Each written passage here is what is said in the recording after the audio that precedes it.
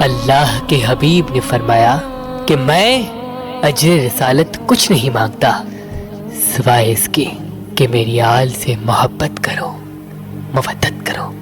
لیکن حضور صلی اللہ علیہ وآلہ وسلم کی رحلت کے بعد زمانہ بدل گیا، مدینہ بدل گیا، وہ مدینے والے لوگ بدل گئے۔ 15 رمضان 3 ہجری بمطابق 1 دسمبر 625 عیسوی اللہ پاک نے اپنے حبیب کو پہلا نواسہ عطا کر دیا، جس کو اللہ کے حبیب نے اپنی گود میں لے کے حسن کے نام سے نواز دیا، اور آج تک اس سبط رسول جنت کے جوانوں کے سردار کو حسن ابن علی کے نام سے یاد کیا جاتا ہے۔ تاریخ نے لکھا امام حسن علیہ السلام سے آپ صلی اللہ علیہ وآلہ وسلم بہت پیار کیا کرتے تھے، اپنے کندھوں پہ سوار کیا کرتے تھے۔ جب بھی امام حسن کی آنکھ کھلتی وہ فوراً اپنے نانا رسول اللہ کی گود میں آ کے بیٹھ جاتے۔ حضور پاک صلی اللہ علیہ وآلہ وسلم زمانے کو بتاتے تھے کہ یہ میرا نواسہ مجھ سے بہت پیار کرتا ہے اور میں اس سے۔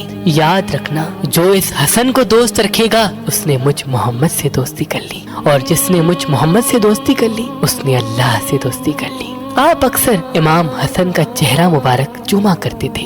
امام حسن علیہ السلام کو حضور صلی اللہ علیہ وآلہ وسلم کی اتنی عادت ہو گئی کہ آپ رسول اللہ کے بغیر سویا نہیں کرتے تھے۔ حضور صلی اللہ علیہ وآلہ وسلم اپنے بازوؤں پہ یا اپنے سینے پہ امام حسن کو سلایا کرتے اور بہت پیار کیا کرتے۔ ابھی بچپنا گزر ہی رہا تھا کہ آپ کی عمر مبارک 7 سال 5 ماہ اور 16 دن کی ہو گئی۔ سن 11 ہجری آپ صلی اللہ علیہ وآلہ وسلم نے امام علی کی گود میں سر رکھ کے فرمایا، اے علی، میرے بعد میری امت تجھ پہ ستم ڈھائے گی، لیکن تم صبر کرنا۔ جہاں دنیا دار دنیا اختیار کر لے تو تم دین اختیار کیے رہنا۔ اور آپ صلی اللہ علیہ وآلہ وسلم دار الفنا سے دار البقا کی طرف کوچ کر گئے۔ رسول اللہ کی رحلت کے بعد جس مدینے میں آل محمد کا بہت احترام ہوا کرتا تھا، وہ لوگ دھیرے دھیرے اس طرح سے بدل گئے جیسے وہ آل محمد کو پہچانتے تک نہ ہو۔ ایک مرتبہ امام حسن دیکھ رہے تھے کہ گھر میں امام علی آئے تو آپ کی والدہ زار و قطار رو کر امام علی کو سلام کرتی ہے۔ جیسے ہی سلام کرتی ہے تو امام علی کہتے ہیں، فاطمہ رو کیوں رہی ہو؟ بی بی فاطمہ زہرا فرماتی ہیں، یا علی، آج میں نے فضا سے سنا کہ مدینے کے لوگ آپ کو سلام تک نہیں کرتے، تو میں بنت رسول اللہ آپ کو سلام کرتی ہوں۔ بس یہ کہنا تھا تو امام علی بھی زار و قطار رونے لگے اور رو کے فرمایا، اے بنت رسول اللہ، غربت یہ نہیں کہ لوگ مجھے سلام نہیں کرتے، بلکہ غربت تو یہ ہے کہ میں علی اگر کسی کو سلام کرتا ہوں تو لوگ مجھ علی کو سلام کا جواب تک نہیں دیتے۔ امام حسن ان تمام باتوں کو سنتے تھے اور تنہائی میں اپنے نانا کو یاد کیا کرتے تھے اور زار و قطار روتے تھے۔ بس بی بی فاطمہ زہرا کا گھر جلا، آپ کی والدہ کا پہلو شکستہ ہوا، آپ کا بھائی محسن شہید ہو گیا۔ آپ نے ان تمام مناظر کو دیکھا جب آپ کی عمر مبارک 7 سال 8 ماہ 18 دن کی ہوئی تو 3 جمادی الثانی 11 ہجری کو آپ کی والدہ بنت رسول اللہ آپ کو چھوڑ کر آپ کے نانا رسول اللہ سے جا کے ملی۔ آپ کی والدہ اور آپ کے نانا کی غم نے آپ کو بہت اکیلا کر دیا، اور یوں دیکھتے دیکھتے آپ زمانہ بلوغیت تک آ پہنچے۔ آپ کا انداز گفتگو اور آپ کا چہرہ مبارک ہو بہو رسول اللہ صلی اللہ علیہ وآلہ وسلم سے ملا کرتا تھا، اور آپ کی سخاوت کا یہ عالم تھا کہ خود بھوکے رہ کر غریب اور مساکین کا پیٹ بھرا کرتے تھے۔ امام علی علیہ السلام ان دنوں اکثر کر کے مدینے سے باہر رہتے تھے، اور جہاں جہاں پانی نہیں ہوتا تھا وہاں پہ پانی کے کنویں کھودا کرتے تھے تاکہ لوگ میٹھے پانی سے سیراب ہو سکیں۔ بالآخر جب عرب میں ظلم و ستم بڑھتا رہا، یہاں تک کہ حقوق اللہ پامال ہو گئے، تو لوگ امام علی کے دروازے پہ بس تو ایک طرف مال دنیا، جھوٹ، بادشاہت تھی تو دوسری طرف دین، تصوف اور شرافت تھی۔ بالآخر جب ظالم حکمران اپنے مقصد میں کامیاب نہ ہوئے تو امام علی علیہ السلام کو قتل کرنے کی سازش رچی اور مسجد کوفہ میں 19 رمضان 40 ہجری کو سجدے کی حالت میں آپ پہ حملہ کر دیا، اور فزتو برب الکعبہ کی آواز سے زمانہ گونج اٹھا۔ امام علی کو ضربت لگی، اس وقت آپ روزے میں تھے۔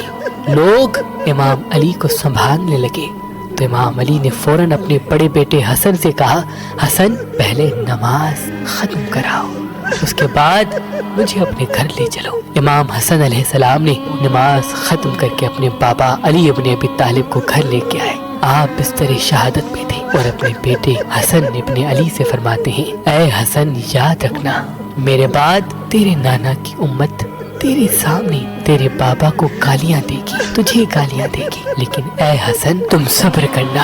اور اللہ پاک اپنی پاک کتاب قرآن میں فرماتا ہے، جب بھی دشمن صلح کے لیے ہاتھ بڑھائے تو صلح کرنا، کہ اسلام امن کا نام ہے۔ اپنے نانا کی صلح حدیبیہ کو یاد رکھنا، جہاں تک ہو سکے امن کو پھیلاتے رہنا۔ بس امام علی علیہ السلام کی شہادت کے بعد آپ پہ ظلم کے وہ پہاڑ گر گئے کہ آپ کو زمانہ آج بھی تنہا ترین سردار کے نام سے یاد کرتا ہے۔ رسول اللہ نے فرمایا تھا کہ میری امت کا سب سے بڑا فتنہ مال ہے، دولت ہے۔ بس ظالم حکمرانوں نے اس صدا کو بلند کیا کہ جو حسن کو قتل کرے گا اسے ہم اشرفیوں سے نواز دیں گے۔ ہر کوئی امام حسن کے قتل کے خواب دیکھنے لگا اور یہ چاہتا رہا کہ میں حسن کو قتل کروں تاکہ انعام مجھے ملے۔ امام حسن علیہ السلام تنہا رہ گئے، یہاں تک کہ بعض مرتبہ آپ کو قتل کرنے کی سازش رچی گئی۔ لوگ سر عام آپ کی توہین کیا کرتے تھے، آپ کے بابا کو گالیاں دیا کرتے تھے، یہاں تک کہ مسجد نبوی میں جمعے کے خطبے کے دوران امام حسن اور امام علی کو گالیاں دیتے، لیکن آپ کسی سے کچھ نہ کہتے، صبر کرتے۔ جب دل حد سے زیادہ بھر آتا تو آپ پیدل خانہ کعبہ کی طرف چلے جاتے اور غلاف کعبہ کو پکڑ کر کہتے، اے اللہ یاد رکھنا، تیرے حبیب کی امت نے، میرے نانا کی امت نے مجھ پہ وہ ستم ڈھائے ہیں جو اگر کالی راتوں پر گرتے تو کالی راتیں سفید ہو جاتی، اور اگر سفید دنوں پہ گرتے تو سفید دن کالی راتوں میں تبدیل ہو جاتے۔ جس علی نے ہر دم اسلام کو بلند کیا، آج لوگ اسی علی کی توہین کرتے ہیں۔ اے اللہ مجھے اس دن کا انتظار ہے جب تو حساب لے گا۔ بس اپنے آنسوؤں کو غلاف کعبہ سے پونچھ کر مدینے واپس آ جاتے۔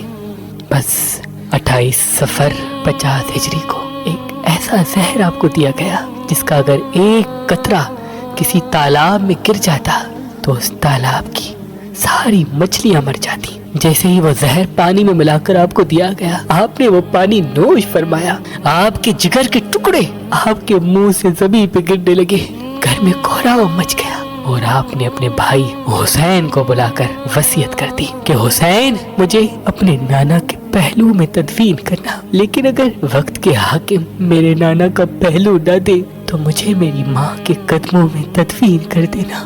بس امام حسن علیہ السلام کے مبارک جسم کو غسل دے کر رسول اللہ صلی اللہ علیہ وآلہ وسلم کے روزے کی طرف لے جایا گیا۔ جنازہ تھوڑا ہی آگے بڑھا، اتنے میں سپاہی آ گئے اور کہنے لگے کہ اس علی کے بیٹے کو ہم رسول اللہ کے پہلو میں تدفین نہیں ہونے دیں گے۔ لوگوں نے کہا، کیا بھول گئے ہو، یہ وہ حسن ہے جو جنت کے جوانوں کا سردار ہے، ہر پل ہر لمحے رسول اللہ اپنے کندھوں پہ سوار کیا کرتے تھے، کیا تم اس حسن کے لیے ہی کہہ رہے ہو؟ بس اتنی دیر میں تیروں کی بارش ہوئی، تیروں کی برسات میں امام حسن کا مبارک جنازہ گر گیا۔ اتنے میں جناب عباس نے تلوار نیام سے نکالی۔ امام حسین نے کہا، عباس ٹھہرو، صبر کرو۔ میرے بھائی حسن نے کہا، اگر مجھے میرے نانا کا پہلو نہ ملے تو جنگ نہ کرنا، بس میرے جسم کو میری ماں کے قدموں میں تدفین کر دینا، چلو جنت البقیہ کی طرف۔ بس امام حسن کی مبارک جنازے کو جنت البقیہ میں تدفین کر دیا گیا۔ یہ واقعہ 28 صفر 50 ہجری کو پیش آیا۔ سلام ہو اس غریب نواسے پر جس کو اپنے نانا کا پہلو تک نصیب نہ ہوا۔